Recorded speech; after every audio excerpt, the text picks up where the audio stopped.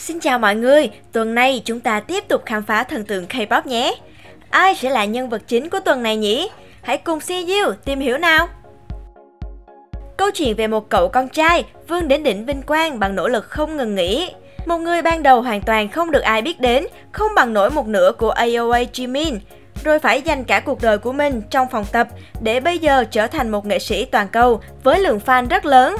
Người đó, mọi người biết là ai không? Chính là nhân vật hôm nay chúng ta sẽ nói đến, BTS Jimin. Độ nổi tiếng của BTS và Jimin là không cần bàn cãi nữa. Tất cả ai cũng đều biết những thành tựu và độ nổi tiếng của họ, như là xuất hiện trên Rick Black, New Year Rockin' Ever, cho tới biểu diễn cùng với các ngôi sao lớn khác tại lễ trao giải Grammy. Nhưng các bạn có thể biết Jimin suýt nữa là không nằm trong đội hình debut ban đầu của BTS không?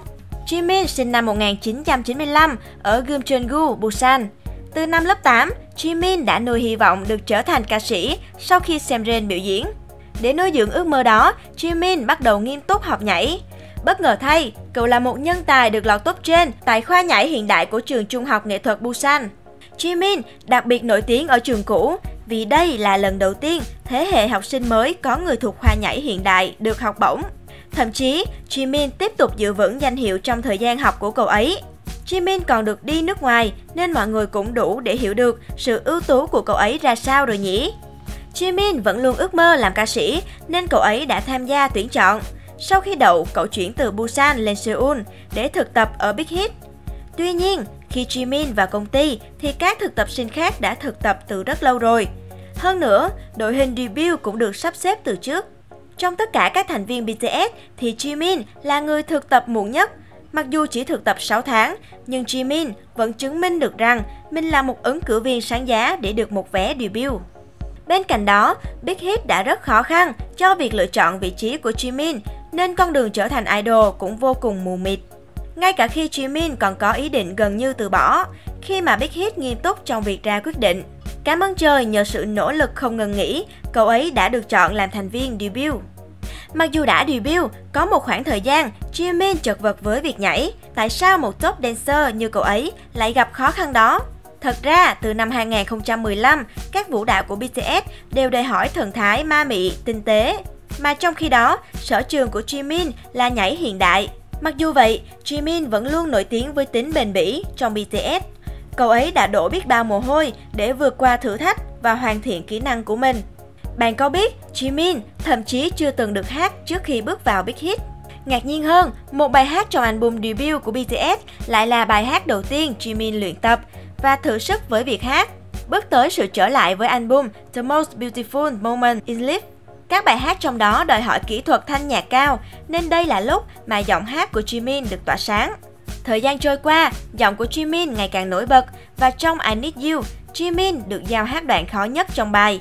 Với đoạn mở đầu của Blood, Sweat and Tears, Jimin đã xuất sắc thu hút người nghe với giọng hát đầy mê hoặc. Với kỹ năng nhảy và chất giọng quyến rũ, Jimin dần trở thành một idol hoàn hảo. Mặc dù vậy, vẫn có những biến cố xảy ra dù là những nghệ sĩ xuất sắc nhất. Vào ngày 18 tháng 8 năm 2015, trong suốt buổi Japan Official Fan Meeting Under Mission của BTS tại Osaka, Jimin đã ngất xỉu ngay trên sân khấu. Nỗi căng thẳng và giữ hơi để hát đã làm máu của Jimin bị loãng dần đến chóng mặt. May mắn là Jimin chỉ bị xây xát ở trán, nhưng ARMY vẫn đã có một fan hú vía. Vào năm 2018, sức quyến rũ của Jimin đã lan tỏa thế giới trong một sự kiện. Đó chính là lúc BTS biểu diễn idol ở American Got Talent. Phản ứng của tất cả mọi người bất ngờ trong bộ vest đỏ của Jimin. Mạng xã hội tràn ngập với những câu hỏi về chàng trai trong bộ vest đỏ đó là ai. Jimin còn nổi tiếng hơn trong những năm gần đây.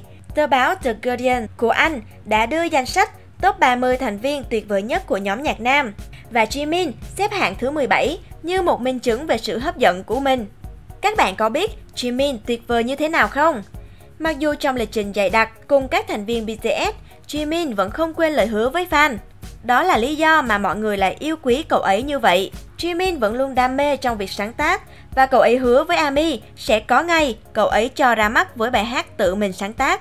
Vào ngày 31 tháng 12 năm 2018, Jimin thực sự đã cho ra mắt bài hát solo Promise của chính cậu ấy sáng tác. Jimin vừa viết lời, vừa sản xuất phần nhạc như một món quà dành tặng ARMY.